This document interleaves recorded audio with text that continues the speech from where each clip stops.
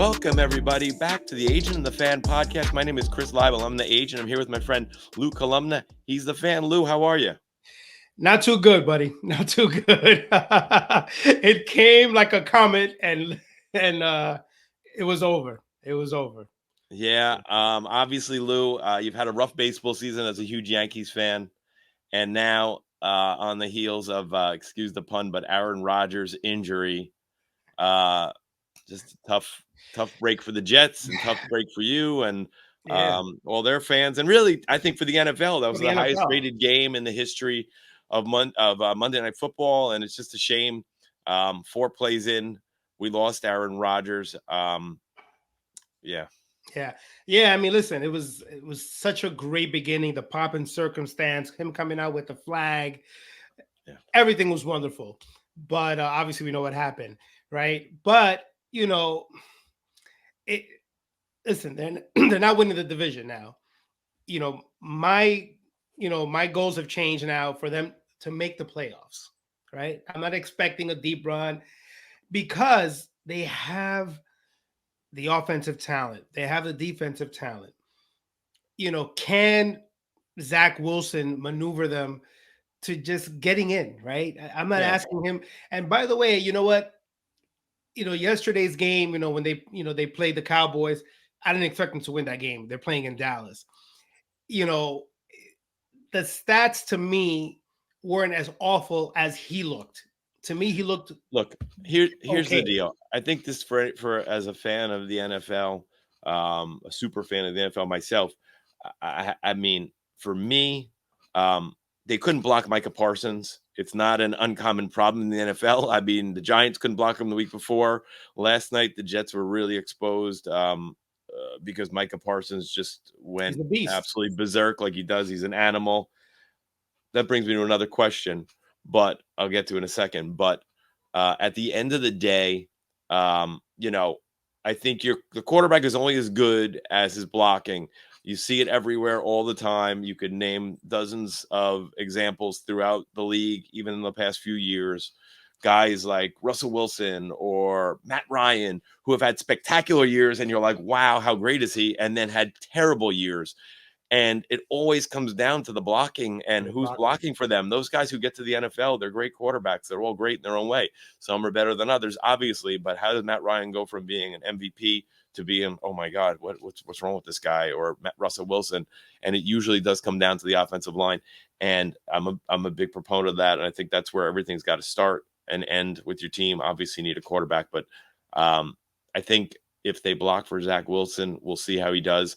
But interesting enough, we do have a guest today that's going to help shed some light on not only the Jets situation, but also the more on the business side of how the Aaron Rodgers injury affects the team, affects the league, affects all different things. And I think it's going to be a very interesting guest.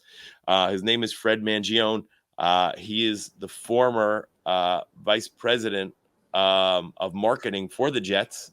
And here he is right now. Fred, how are you? Hey guys, how you doing? Good to see you. Great to see you too. Good to see So you, Fred. Fred, this is Lou. Fred's a friend of mine. Fred, thank you so much for taking the time to join us. It's great to have you here. We were just talking about the Aaron Rodgers injury and its impact on the Jets and also the league itself. We'd love to get your take on things. Well, obviously, it's an unfortunate situation. I was at the Jets for about 6.5 years, and I was there during some lean days, and always hoping for the best during the off season. I said at one point we got to stop winning the off season and win some games. But look, they hit pay dirt this year. There's no one better to get than Aaron Rodgers. I mean, they had a set plan. Joe Douglas is literally they use it a lot, but he literally is the best in the business. So. They had it planned out years before what their plan was going to be, but as you alluded to, Chris, it's just not, unfortunately for the Jets. It's unfortunately for the NFL. Those ratings, you'd like to say it's for the green and white and the great platform and 9/11, paying respects on that day and what it always means here in New York. But, when that goes down, it hurts the league. They had I think it was their biggest year they ever had as a franchise as far as primetime games. And you can't just, flex them out. It's, I was in basketball prior to being in the NFL. Chris, all your years at baseball, you got a lot more flexibility with all those games, but it's hard to do that. And what gets lost is all the other people are prepared. Yeah, it's about the product and it's about obviously the quarterback. It's the most important position in sports, but there's a lot of hard work that gets done behind the scenes and sales and marketing and ticket operations and football ops and travel. Just a lot of people who aren't on the front of the line who prepared for months and months for that game. And when you saw it on TV, all the lights that were going off and all that, like someone's doing all that, and they were doing it for multiple games. And the good news is I always said, you got to control what you can control, and you got to get everything prepared before the ball goes up in the air on tip off or before the ball's kicked off or handed off. Because once that happens, you're no longer in control. And that's what unfortunately happened for the business side and the Jets. And again, Chris, you bring up a very valid point, the NFL, because he's one of the top stars. So it doesn't just affect the tri-state area, it affects the league. Yeah, and also just obviously the fact that it's New York, it always is nice to have New York teams doing well. And as we talk about on this podcast, every time we've talked about the Mets and Yankees and their struggles this year have really hurt the city. And then Giants haven't gotten off to a great start, although they did make a great comeback against the Cardinals. But they had a rough first game against the Cowboys as well. And it's kind of like, oh, here we go again type of thing for the New York fans. But those, like you said, it really affects the whole league. The offices in New York and obviously. Look, the leagues will never say it, but all the league offices are in New York, right? So it's better when the Jets are good, the Giants are good, the Mets are good, the Yankees are good. I was saying the 18 years in the NBA, I was the chief operating officer before I left the Nets. And, there was nothing more than I wanted to do is win a championship. But when the Knicks were sold out and they were flying, it was good for basketball and it was good for New York. And even this year when they made a run, if you were in the city and it was buzzing, like you felt it in New York. And when these teams get in the playoffs, but to your point, Chris, like it's a tough market. They turn the page quick. I mean, God forbid these teams lose another couple games.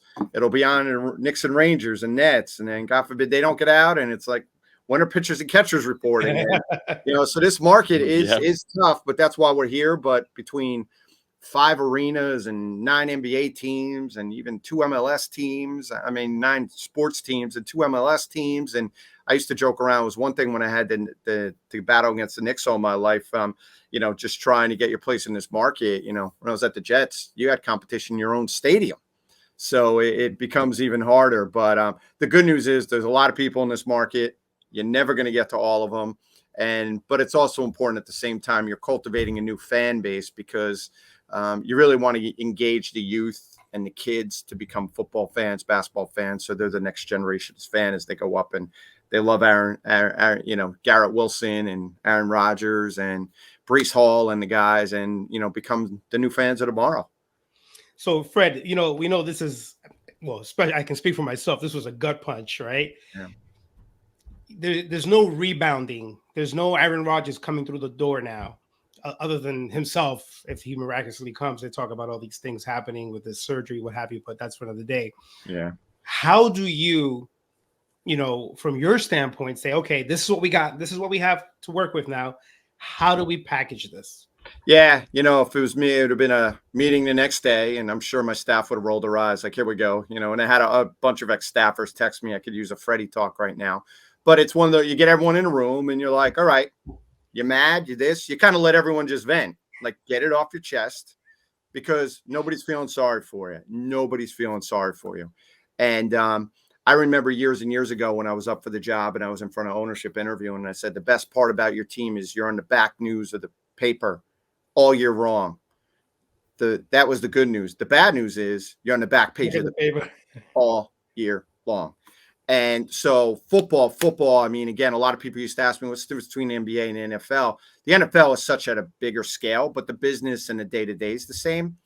But the non-stop, like you lose, you got to wait a whole week to play again. And, in the NBA, no matter how many bad Nets teams I worked for, you played every 3 days, Chris. You played every day at the Mets. So if you're on a bad run, you're going to even trip into one, even if you don't have a good team. So it's just about, readjustment. And at that point, it's your suite holders, your sponsors, your ticket holders.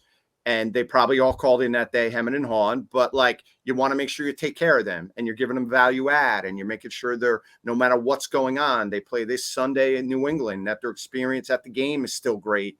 And if they're bringing business people out, if they brought business people out to that game Monday night, there was that disappointment, but the ending was off the charts. And I know it was this weird emotions, but they won a game. They got a division win. They beat Buffalo. A lot of that was good. So you got to talk about, now look, you don't want to, people are going to see through some of it. So you're not trying to spin them, but right now it's just about making sure you're taking care of your customers and you're doing all you can to show value back, no matter whether it is Aaron Rodgers, Zach Wilson, Boyle, whoever may be the next man up, is that it's still a great experience. It's the NFL. Patrick Mahomes is coming in. Mac Jones is in this week. They got Jalen Hurts in a couple weeks after that. Justin Herbert comes in this year. They're going to all the top talent of the NFL quarterbacks are in that building this year. Yeah. So you never like to sell the other team, but you just like to sell the experience at that point. And you're still going to talk about the defense. I always said, no matter what, we got Joe Douglas, and he made all that happen. He did that trade with Jamal Adams is why they are where they are today. And Jamal Adams hasn't even played a snap in almost a year. So it's all about the history that Joe has had to we wouldn't be here without what he did, and trust that along the way too. But there's a lot of good parts. Yeah. You got a lot of good names. You have, Garrett Wilson, my God. I was there. We drafted Sam and we thought that was it. And then we got Zach and we thought that, but to your point, it's not, I was also there, for Luke Fales, and, I was also there for Josh McCown and, but there are a lot of parts. It's not just one-sided. We got Le'Veon Bell the one year, and so we thought that was it. But even though he was on his last leg, one guy doesn't make a team in the NFL. It's not like the NBA where you get one or two guys and you change the thing over. People don't know most, unless you're a pure fan, the linemen. But what do they keep saying? They don't have a line. You couldn't make a Parsons. You were just man amongst boys yesterday. We were just saying that before you came on. It's amazing, and it's funny. It's one of the things I actually want to bring up with you both. It makes you I'm sure you've thought of this, Fred, plenty of times over the last few years. They could have had Micah Parsons. Watching that game yesterday, I couldn't stop thinking about it. Yeah. Look, a couple years ago maker. When even the Jamal Adams year, you really want to go in a rabbit hole. You passed up on Mahomes. You passed on Lamar Jackson. Yep. We could all play GM, but it is what it is, and you got to deal with it, and you got to dig out. Again, Joe just had a philosophy when he got there that, he kind of cleaned the deck, and, he could have just kept Sam and he went off because he only played 3 years at that point. The year of COVID, we only had 2 wins, and it was crazy because everyone thought we weren't going to win a game and we were going to get Trevor Lawrence. Everyone was like, to the end. I had people in the front office, Freddie, you're going to have the best offseason ever. You're going to get Trevor Lawrence. And then we beat the Rams, who were just in the Super Bowl. And, we joked around. I remember the president of the team, me and him were on the phone late that night. We're like, none of these guys are even going to be in the team next year. They don't care if we get Trevor Lawrence. Exactly. They want to be working for their next job. Say that all the time. Coach Gase was there now, who's no longer in the league. And most of those guys aren't even playing now, let alone on the Jets. So they're worried about themselves. It's so funny, Fred. I say that all the time for people who aren't in the business, who don't understand. People say that, why wouldn't you just got to get Trevor Lawrence? These guys, the way these players are, especially you get a veteran guy who's been around a while, and they're looking for their next contract, or even for the last couple of years to just make their money. They're going to go out all out. They don't give a crap about. Yeah, I remember talking to our head of PR after the game, and he goes, Freddie, you would have thought we won the Super Bowl in that locker room. Because, look, there was a lot of – they were 0 whatever at the time. Yeah. And even though people were like – and, of course, the fan base, you can never win here in New York. They wanted to kill Coach Gase even more for actually winning a game. But, it meant a lot. They had to get the money. They didn't want to be the team that went defeated in New York, so – Yeah, no, listen, that happens in all sports, right? I remember going to going with someone to a Knicks game, and they were horrible that year. This was they had Jose Calder on it. I forgot what the record. They were horrible. But if you would have planted somebody there, and they wouldn't have told you the Knicks record, packed, sold out, fan base was going crazy, and they won like 8, 10 games, 12 games, whatever it was. Well, nobody does it better in the Garden because you just nailed it. It's about that Garden experience. I always said too, and it's just it's fallen off a little bit over the years, but they have done such an amazing job at MSG, and I know so many people have worked there over the years where they just get it. They don't, to your point, Luke, like you don't want to be the one year you gave up those seats and something happened. And because when you're there, I actually took my daughter to a playoff game this year, and she kind of said to me jokingly, she goes, "You realize this is the first NBA game I've been to where the Nets aren't playing," because we'd go away to games a lot. And I was just like, "You're gonna get such a," and she's like, "Oh my gosh, like you could," and they were playing Miami, and they won the game, but it bled out to the streets of New York, and you just had that vibe. And when the Knicks are good, it's good for the NBA. To your original point, it's good for the city. And I used to always tell my PR guy at the Nets, I'm like, I know we got to worry about ourselves, but I'm telling you, if they're just playing okay or we meet each other, it's a great thing. Yeah. And that's where it would be. The Jets and Giants play each other, deep in the season this year. It's a Giant home game. And, I just hope that game, means something later on because everyone again was penciling in. Aaron Rodgers, game week 13, playing against the Giants at home. It would have been great, but hopefully the man gets healthy. It's a great, it's a great return down the road. And, I know you're reading all this stuff, get the playoffs, but I'm one of those, like, let's just get there. It's 1 week at a time. You can't, I just left the Nets when they got Durant and he sat out for that year. And I remember talking to GM at that point. He's like, we placed a big bet. We placed a really big bet. Now it did come through and they had a couple misses themselves, but he was the real deal, and he gave them a bunch of really good years, no matter how it ends up. And I just hope Aaron can do the same. Yeah, I think Aaron, I was talking to a buddy about this. Everybody's talking like, oh, is he done? That's not in his DNA. That's not, like he's not going to go out that way, right? Whether he becomes back and is still Aaron Rodgers, we'll see. But the fact that he's coming back. There was never any question in my mind. Well, I think the biggest thing you'll see if he's all in, and I'm heard he's going to do it. Obviously, he just had surgery. But it's been said when he's able to fly and do whatever, like he's going to be in a booth with a headset talking to the quarterback. Like that's really going to show you. I don't know if obviously I don't know the guy at all. I never met him, but I don't know if that same player does that when he's in Green Bay, if that would have happened, God forbid, or like so. And I think he doesn't feel like he owes the fan base or the team, but he was so dialed in. Yeah. He still wants his fingerprints on that club, no matter where he is, which is great. Yeah. Well, I've always said from the beginning, if this is a 31-year-old Aaron Rodgers, he's not doing this. Yeah. This is a 39-year-old Aaron Rodgers. This is towards the end. And I understand that, right? You're not gonna help your the other guy as much. Because you want to be the guy. But it's believing in the system, it's top down. It's believing in the ownership group, the coach. He came here for his offensive coach. It's believing in Joe. It's believing. So, when you believe in all that, that's what helps. And some of it he's built. The offensive coordinator, some of the players they brought in are his guys. Yeah. And trust me, that's usually not the Jet. Like it's like, here's what we're going to do. We're going to get our parts. They usually don't like players getting involved with that stuff, but there is an opportunity. And look, the NFL, the way the structures are made up, you look at Russell Wilson, when the Seahawks won, he was on a rookie contract. They surrounded him with a bunch of stuff. Is he ever going to win? Who knows? But it looked like he was going to win 10 Super Bowls, but he was on, Jared Goff, even with the Rams, he was on a rookie contract. They loaded him up. They got there the one year they lost to New England, but then they went the other way, kind of like the Jets are doing now. They built it up to get out. They got a lot and they go, we got one crack at this. They go and get Stafford. Then they do it.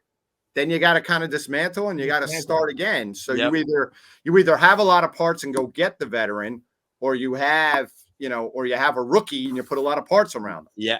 Well, I think it's a great point you make, because I think a lot of people don't understand that also, that other side of it. The salary cap is so involved in the quarterbacks. and even some of the top, just some of the top players, especially at the key positions. Just saw Chris Jones signed for a huge contract with the Chiefs as a defensive lineman. But like you said, a lot of these teams win. I mean, there are certainly cases where that isn't the case, but so many of these teams win, like you said, because they have these, they things fall the right way. And like you said, you had the right guys around Jared Goff. He had a great year, but really, they had so many weapons around him, and the Rams just went all in with everything else. And they, knowingly almost sacrificing the next several years. Doing so. Yeah. I mean, then you could get lucky like the Niners and get the last pick of the draft and put all your assets to get Trey Lance, and it doesn't work out. And so the Niners never hurts. So, but the Niners have been doing that since like Carmen policy and like the 80s and 90s. It's crazy. Yeah. Fred, you brought up a point early on. You've I think rightly given Joe Douglas a lot of praise, but you were talking about the behind the scenes, and I want to give some of our listeners and viewers kind of some insight on kind of the behind the scenes of what you guys are doing, or what the Jets, for example, this year did preseason, off season, once Aaron Rodgers signed. Like what's going on the business side that is, what are you guys up to make this all possible at the end of the day? Yeah, well, again, it's always about preparation. I always had a line, prepare for success. And obviously I wasn't there for it, but what probably helped them a lot was just, there was so much chatter. Is he coming? Is he coming? Is he coming? The one thing you always want to do is just stay in the news. Sometimes that season ends. There's like a thing in the NFL, like when the Super Bowl ends, it's really when the season ends. You have like a month and a half or 2 months before you get to April in the draft. And sometimes there is a little doldrum, and the Jets were able to be in the newspapers all year round. Are they getting them? Are they not? They're getting them. So, there was probably, although if someone was on the phone for ticket sales, they could not say Aaron Rodgers is coming. Yeah. But I'm sure there was a lot of winks. The marketing staff, the creative staff, the content team was probably behind the scenes just building it up and getting ready. Because the day he says he signs, and all of a sudden, he changed his number. I guess someone told him along the way he was going to be respectful to Joe and never say he's going to be the next Joe Namath. Then he was going to go to college, but there was a creative team in house getting that ready and getting everything. Even over, I tweeted out during the game. I thought it was amazing, Joe Buck, because again, what gets lost, MetLife, there was a concert there Saturday night at MetLife. Yeah, and the Giants play, so you got to flip out the concert, put in the Giants logo, do the field. It pours all night. Giants play a terrible game, unfortunately, to start off the year. But what happens? They then got to flip it out and get ready for this monster on Monday night. And Joe Buck said, "Hey, shout out to the staff." Yeah, I heard him say that. I just said, I'm like, those little things. I mean, I know that staff was working, but if that got back to anyone, they're going to be like, "That's great," because stuff like that, those guys were probably zombies walking with doing that 3 days in a row. And like I said, even for the Giants staff and the Jets staff, all the years I spent in the NBA, and even I had some time with the New York Islanders, like I always said, those are games. These NFL, they're events. You got 80,000 people. I used to joke around, it'd be a 1 o'clock game. I'd show up to the building 8:30 or 9 o'clock, and I felt that I was late because these tailgaters are out there, and it's just, they literally make it an event. So like I said, there's so much put behind on it. There's like an activation, they call it the island or the runway. I forget the name that's changed. And like all the sponsors activate out there. So you got to promote going there. You got to promote doing, the Jets set up like their version of Game Day on ESPN, and everyone's outside. All the content team is interviewing alumni, and so much gets put in where sometimes you just think like, oh, that just happens. when younger kids hit me up about getting in the industry, I'm like, when you're home and you're watching all those games on Thanksgiving, well, someone's working the game. When you're home and you're watching, the NBA on Christmas Day and all those games someone's not with their family and they're working. I had many Christmas days where I opened up some gifts with my kids when they were little. I was in the car and I was heading to Brooklyn to go work a Boston Nets game so to your point, Chris, there's all this preparation. And then a guy like Aaron Rodgers, it's not like a draft. We always prepare for the draft. If unfortunately, again, the years I was at the Jets, I was always drafting high. So you always knew you got 2 or 3. You're going to get a big star. You're going to get Sam or Zach or whoever you may, Jamal Adams, whoever you may get. and you prepare for it. But preparing for Aaron Rodgers is a whole nother animal. Then you had the Hard Knocks situation. They were pretty vocal about, not wanting it. The Jets have been, because there's a couple teams who are still left. Last year, even before I left, they wanted them because of the Sauce and even Garrett's story at the time, not even knowing that. But I think it was done in good style. I think, and look, deep down, I'm a marketer. Like, I love that stuff. And I know it puts pressure on the team.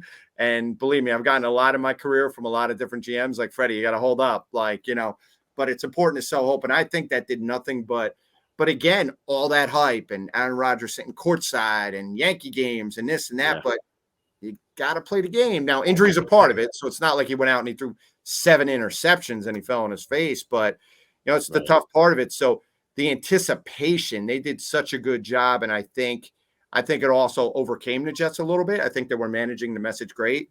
But Aaron Rodgers said it doesn't matter. His brand alone is taking over New York. Yeah. He's not in Green Bay anymore. So, there's such a big opportunity. And look, I think everyone was also waiting what happens if he slips a game or two with the media. But unfortunately, we're not going to know. And like I said, I just thought, look, I know Zach a little bit, and I was with him a couple of years. I did some marketing stuff, like spent some time. He's a great kid. He's got a great family. They literally, he's got a bunch of brothers who were in college and here, and his family literally gets on a plane. They're in BYU. They're away. They're here. They're then going to New York to come in. They would text me, hey, we're still coming in. We need a couple extra tickets. And they would follow him all over. And I just hope for him and everything. One, he gets a fair chance because, again, I thought he played pretty good yesterday under the circumstances. And I hope if he does go out and he trips even a little bit on Sunday, the base gives him a little bit because it'll be tough for him to overcome 2 seasons of this fan base not believing in him. And look, Joe Douglas could have kept Mike White and got some draft picks for Zach, but he let Mike go get his money. And Mike White could have been walking out there and the base probably would have been more happier, but Joe believed. Obviously he believes in Zach. Yeah. So let me ask you a quick question, Fred. I'm sorry, Lou. I want to ask you a quick question about that. Last year, Mike White came in, had some success, and all of a sudden the team really got behind him, and they were wearing Mike White shirts, I think, on a road trip. Yeah. How does that? What are your thoughts on that? I mean, does that show more towards, hey, we love Mike White, as opposed to, hey, Zach's not our guy? Or is it just one of those things? What's the I just say again, I left before the season, but the year before when Mike had that game, I mean, we played Cincinnati and he just player of the week 2 weeks, like out through Joe Burrow. I mean, it was I think if I recall, I literally think it was Halloween. We didn't have a great crowd. We were off to a bad start. It's like, yeah, here we come. Here comes Chase and Burrow. We're going to lose. And he's lights out. And like, we're literally all looking at each other, like in the executive suite, like what's going on? So, look, it was he the next Purdy or anything like that? So he's in next time in the rough. So that's why you have, I know, Chris, you mentioned a couple times what happens behind the scenes.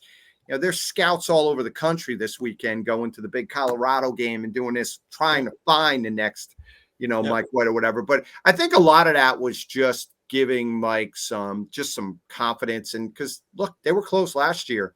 I mean, look, I'm besides the fact I worked there a couple of years, I'm a Jet fan at heart, and I can name you 5 games last year where Berrios dropping a ball in Minnesota, the bad play calling at the end of Detroit. There was like 3 or 4 games, the 2 picks by Zach against New. They should have been in New England twice. Like they should have been in the playoffs last year. Yeah. Yep. And you can always go through the schedule and go coulda, shoulda, woulda. But I think a lot of that was they knew they were close.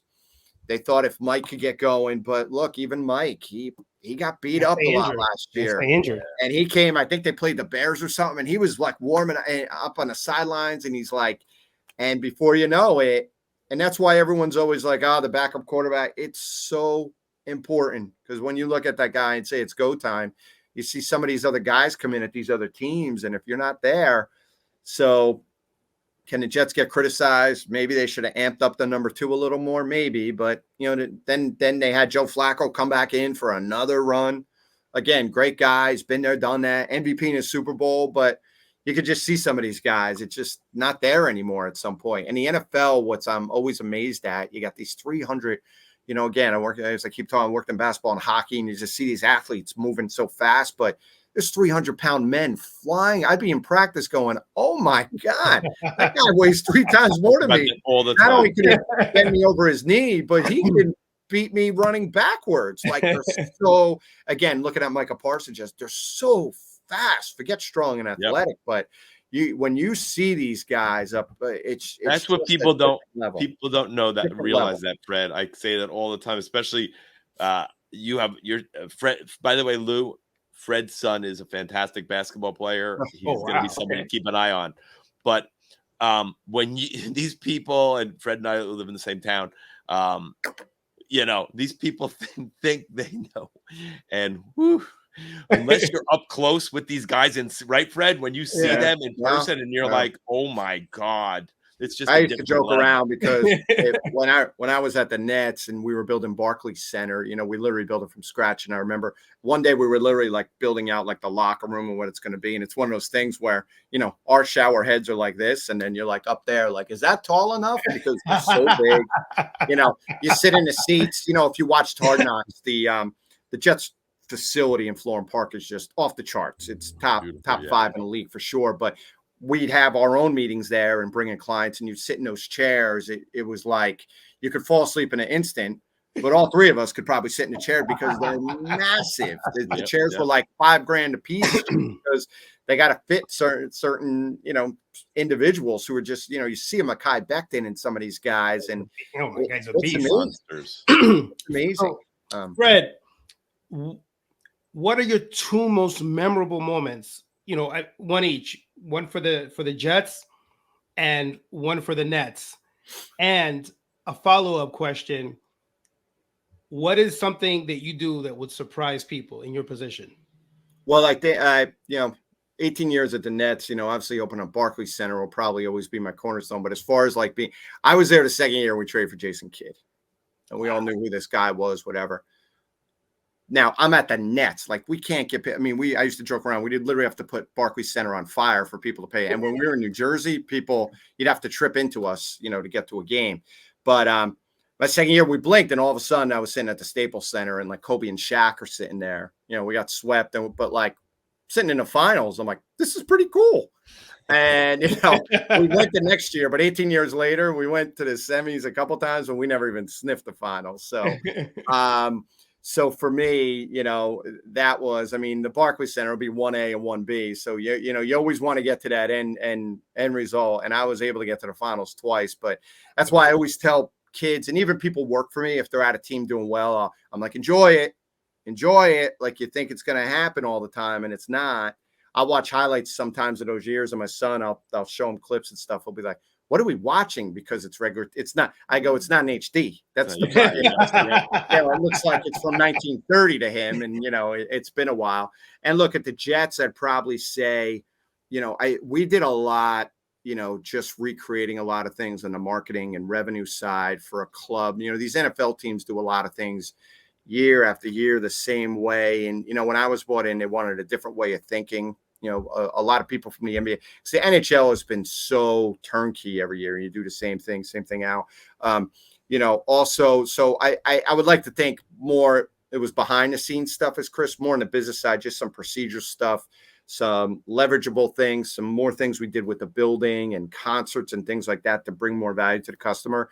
I was also involved with launching the new, you know, the uniforms you see right now, you know, with New York across the chest and the green. So I was part of that too. So, you know, I did all the rebranding of the Nets from New Jersey to Brooklyn. So when I went to the Jets, it's not the reason, but someone said jokingly, like, yeah, we're going to do another, which I didn't know. We're like, we're going to rebrand it. It's different at the Jets. They have a bigger history, obviously, than the Nets, but they were like, we're going to rebrand a little bit. I'm like, oh no, I thought I already did that once in my career. I didn't want to do it again. So, and look, for me personally, just something I do day to day now, as I've been in the consultant field in the last year, you know, really just, you know, trying to bring value to a lot of people. People say all the time, what's the best thing you did in my career? And I just gave you a couple things. But personally, for me, after taking care of my family and things of that nature, it's just helping other people, you know, landing people jobs. You know, I was on the phone yesterday morning, even over the weekend, guy I used to work with me is close with something, and I was calling someone. I'm like, you got to get in, like, trust me. And I just really like to take care of people who were with me in the foxhole over the years. And people tell me all the time I should turn into a recruiter because all I do is work the phones and try to get, but I feel it's important because it's a young person's game, the sports marketing industry. You know, I can't tell you, and Chris, is how many people in my town hit me up. Hey, and now when I joke around, now that my kids are older, it used to be my neighbor's cousin's friend. Now it's like my friends going, can you help my kid? Like people I've seen grow up. And, but I also tell you too, I tell a lot of people, you know, my nephew was trying to get into business. I helped him with the Yankees and get a job breaking in. And he's like, I want to be like Uncle Freddie. And I'm like, no, you don't. Like, lose a lot of time with your family. You got to do this. You got to do that. And you know what? The kids of today, they don't want to work as hard as we had to and pay the grind. And they could figure something out on TikTok and make more money than we did, you know, our first 2 years. But there's still a yearning for the industry. I just think it's grown so much more because you do have the digital side. You have league offices. You know, I'm a big fan of like what the women's soccer league's doing. You know, I work for FIFA for the Women's World Cup. You know, I'm aging myself, but in '99, I ran the venue at the old Giants Stadium. So, you know, the WNBA. So there's so many other opportunities to get in. No, everyone wants to be in the NFL and the NBA and Major League Baseball, but there's so many other things someone can do to get in, and especially in this market. So I really do like to try to give back. Because I know when I did it, I tried to break. I had no one help me, and you know, I thought I was a great marketer because I sent George Steinbrenner a baseball with, you know, my resume attached to it, and I sent a Nick, you know, and I got the rejection letters before they even opened it, and I kept them all. But it's just being part of the you know, I joke around with kids. There was no LinkedIn, there was no email, there's no Zoom now.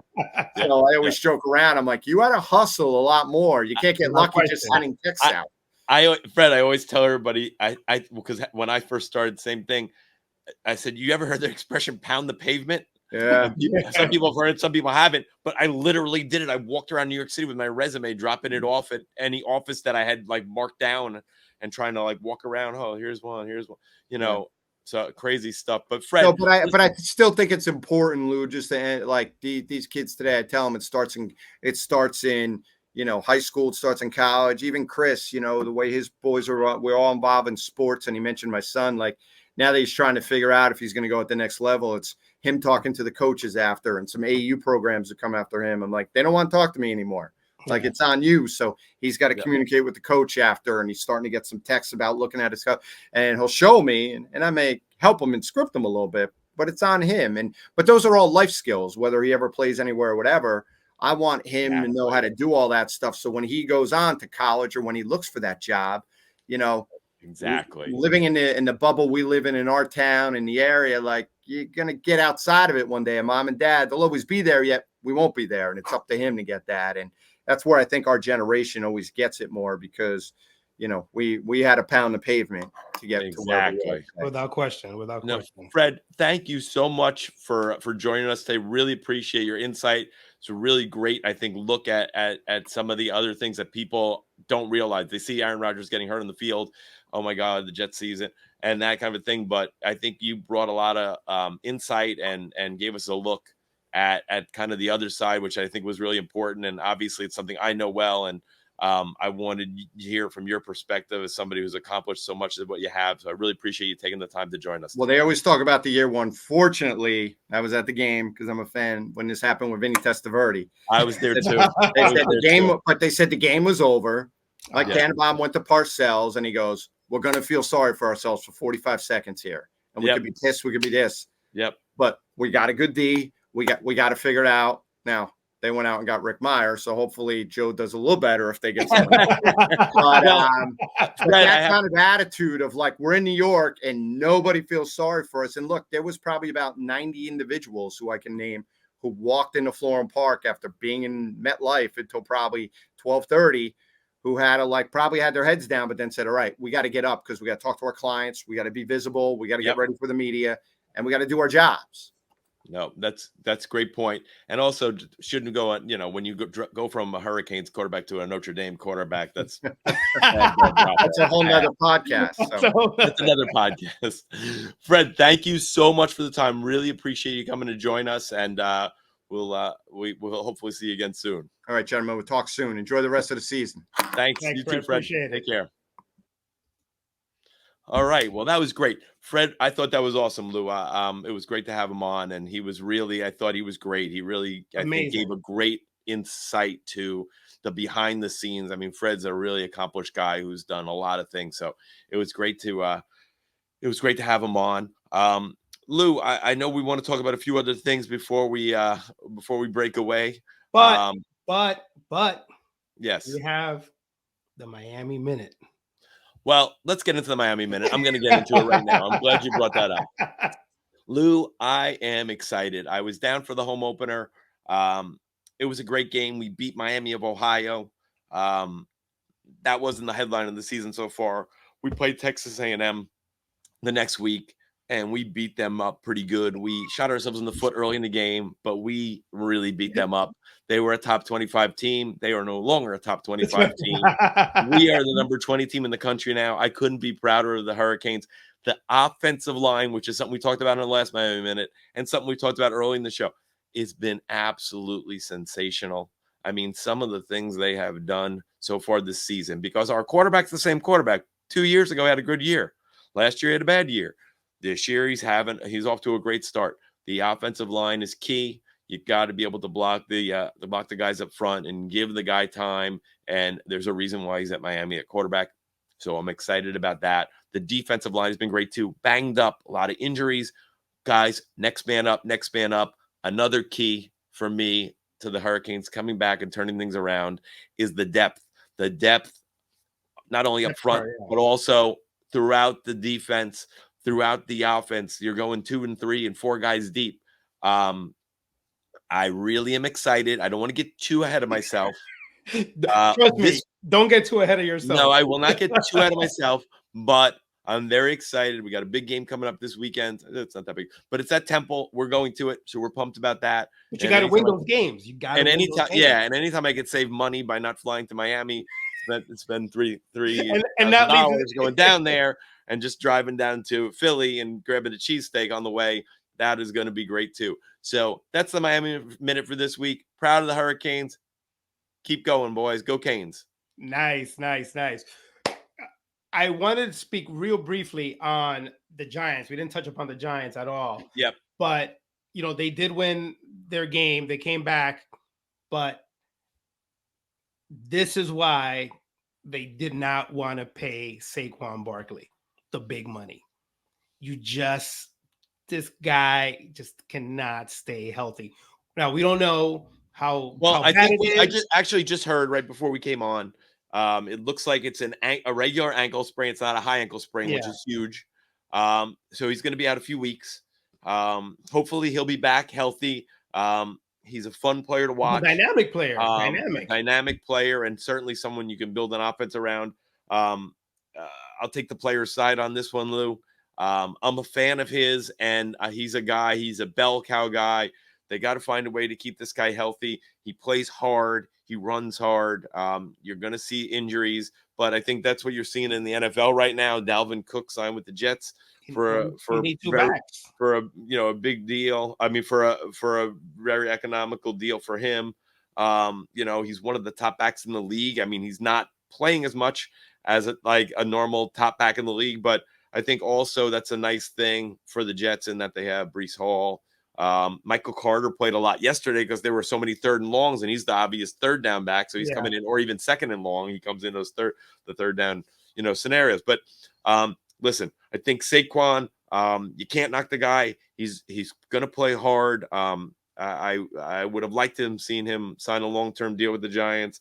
And I do think he will come back. I'm going to go on record as saying I think he'll come back and have a good a good second half of the season once he gets healthy. Unfortunately, the Giants are going to lose him, and it's going to be I guess Matt Breida and Danny Dimes running around back there. It is. But great comeback for them and a great return, because after what happened to the Cowboys with all that anticipation when they lost that first game, and then to come back and go behind the Cardinals, who are definitely one of the teams that I don't think anybody is expecting much from this year, but to come back and win that game the way they did, showed some resilience, and it showed a lot about what they're made of. So I'm hopeful that the Giants will bounce back and have a good run moving forward.